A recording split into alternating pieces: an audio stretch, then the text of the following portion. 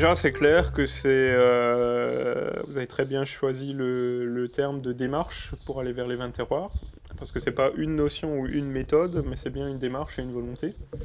Et, euh, et donc, il faut trouver un itinéraire complet qui soit en cohérence pour aller vers cet objectif.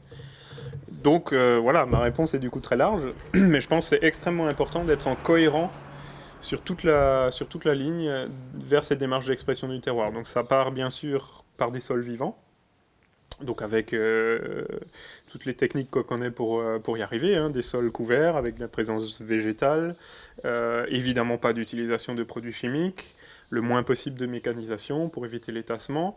Donc tous les grands principes de la vie du sol sont évidents à respecter. Souvent, on parle les 3 E, expression, équilibre, élégance. Pour pouvoir trouver ça dans un vin, eh ben, il faut pouvoir déjà commencer à la vigne. La vigne, elle doit pouvoir être éduquée pour pouvoir s'enraciner profondément. Pour ça, il faut lui laisser le temps.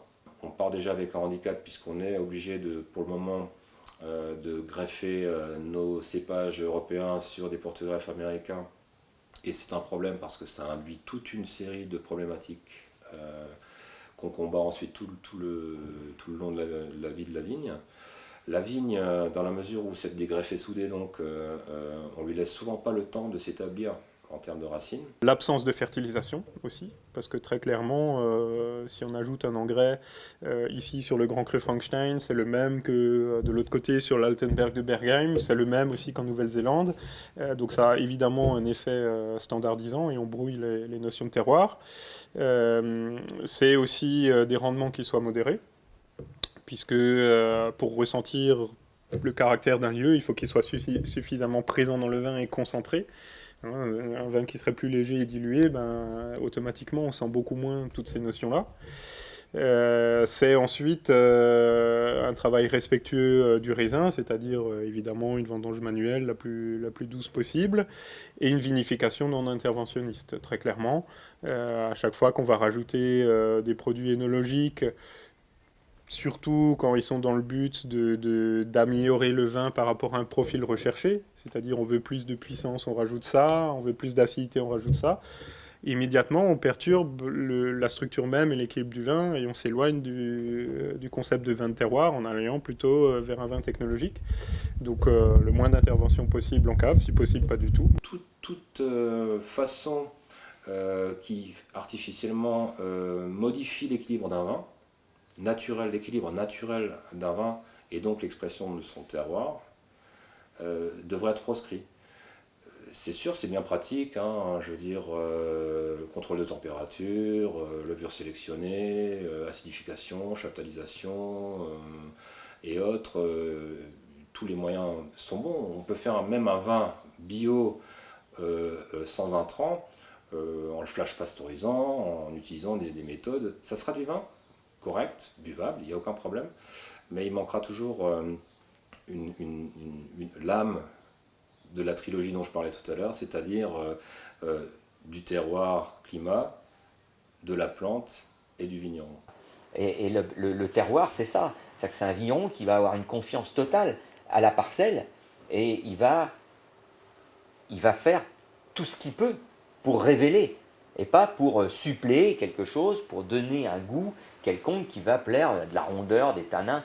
Nous, on a des gens qui viennent, ils nous disent « Ah mais moi j'ai voulu faire un vin de terroir, j'ai acheté des vignes, et puis voilà. » Puis au moment où ils commencent à parler, on commence la dégustation, ils nous disent « Ah oui, alors cette cuvée-là, j'ai voulu la faire comme ça, comme ça, comme ça. » C'est incroyable, je dis, vous me dites juste avant que vous avez acheté des vignes pour faire du vin de terroir, et là vous me dites que le vin, vous l'avez fait comme ça, comme ça, comme ça, pour qu'il ait tel goût et qu'il corresponde à ça.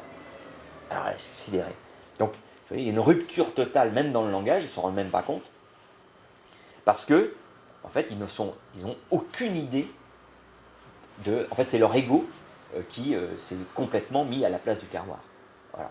Et malheureusement, quand ils découvrent que leur vin va plaire à une petite critique, parce qu'avec 3-4 bons œnologues, on va y arriver, mais par contre, jamais ils sortiront une œuvre Clairement, c'est des vins qui, voilà, vous l'avez bien dit, hein, je ne peux pas le dire mieux, qui représentent plus qu'un goût ou qu'une saveur, mais qui apportent d'autres choses. Et c'est vrai que plus on va aller vers les subtilités, on va laisser le vin exprimer toutes ses originalités et ses identités, et plus ils vont être vecteurs de tous ces messages. Et évidemment, on parlait de tradition, de mode de culture, etc. Donc ils vont transmettre quelque part cette histoire, effectivement, et tout ce qui s'est passé sur le même terrain.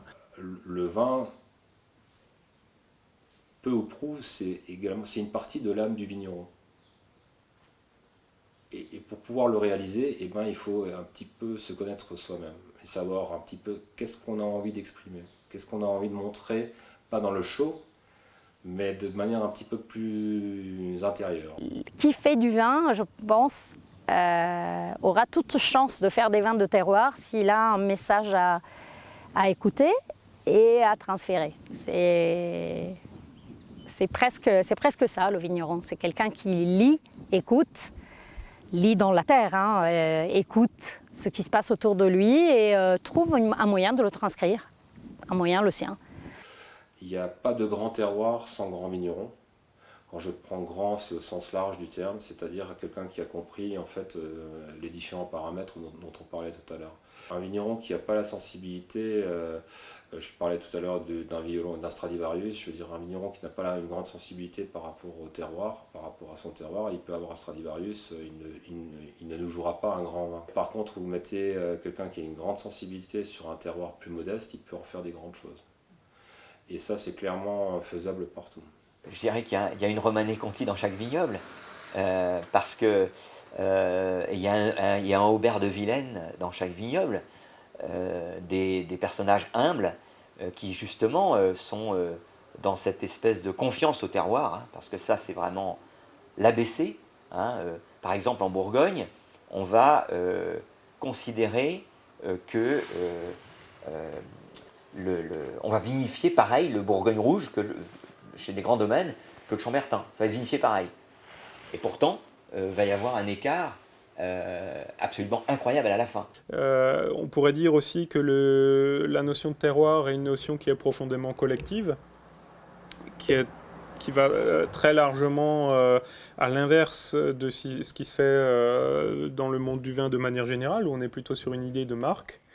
Donc une idée qui est une notion individuelle, c'est-à-dire on essaye de promouvoir son nom, sa marque, alors que quand on travaille sur un terroir, on travaille en collectivité avec des amis, des vignerons avec lesquels on n'est pas toujours d'accord, mais c'est justement cette notion de diversité, de respect, de collectivité qui prime sur les terroirs. Donc rien que ça, c'est déjà une valeur qui n'est pas forcément gustative ou transmise dans un vin de terroir, mais qui est intrinsèquement liée à cette démarche pour le vigneron de travailler au service de ses terroirs et non de sa marque. C'est sûr que quand on est sur ces notions-là et quand chacun peut exprimer son terroir, finalement, on n'a plus de concurrents, on n'a que des collègues et des amis.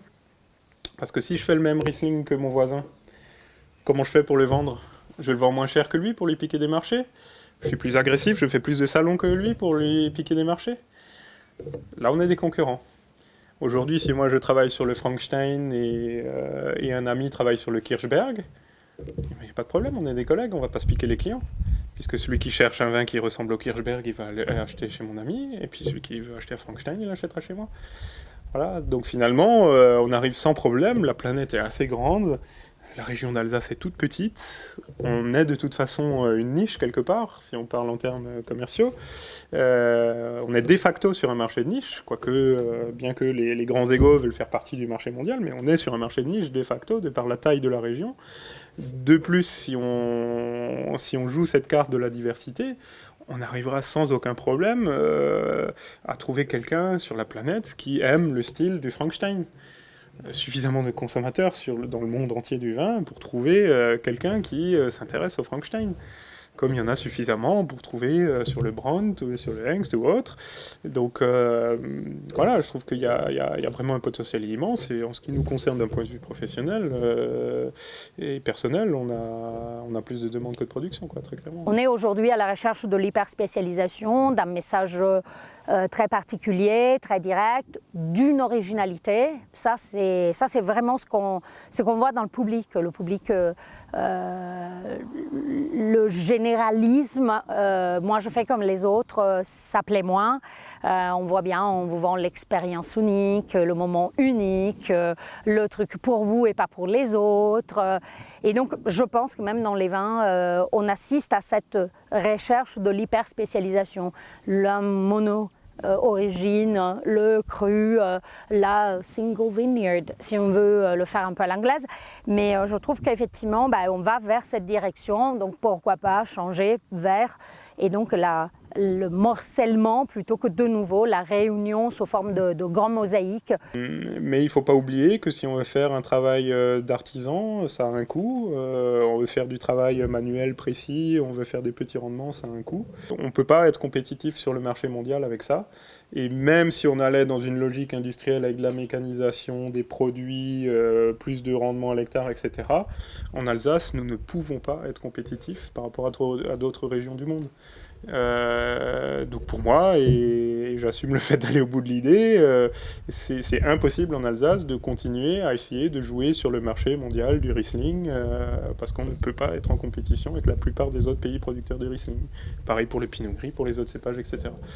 Donc pour moi, clairement, l'avenir du vin d'Alsace, il passe justement par la non-standardisation, l'inverse exact de ce qui est proposé, et au contraire par le fait d'exprimer toute cette diversité, toute cette complexité, et de la valoriser. Le travail pédagogique, expliquer comment comprendre ces vins-là, qui sont très différents, qui s'expriment différemment, qui se comprennent différemment. Donc là aussi, prendre le temps déjà de s'adresser à une clientèle qui est prête à recevoir ce message-là, ou qui a envie de s'intéresser à ça, et prendre le temps d'expliquer tout ça, quoi, parce que c'est sûr que à partir du moment où on est dans un style différent, il faut peut-être aussi, comme je le disais, rester cohérent jusqu'au bout, et s'assurer que le message soit transmis, que les vins soient compris et appréciés.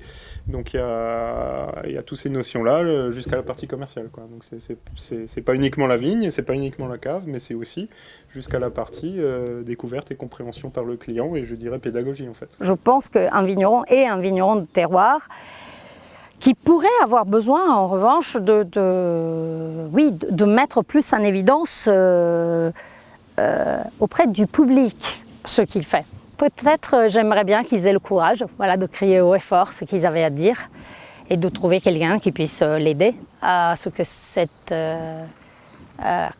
histoire puisse trouver une forme qui soit une forme plus intelligible pour tous. Je pense qu'il faut aller se promener dans ces vignes. Il ne faut pas faire que d'aller y travailler.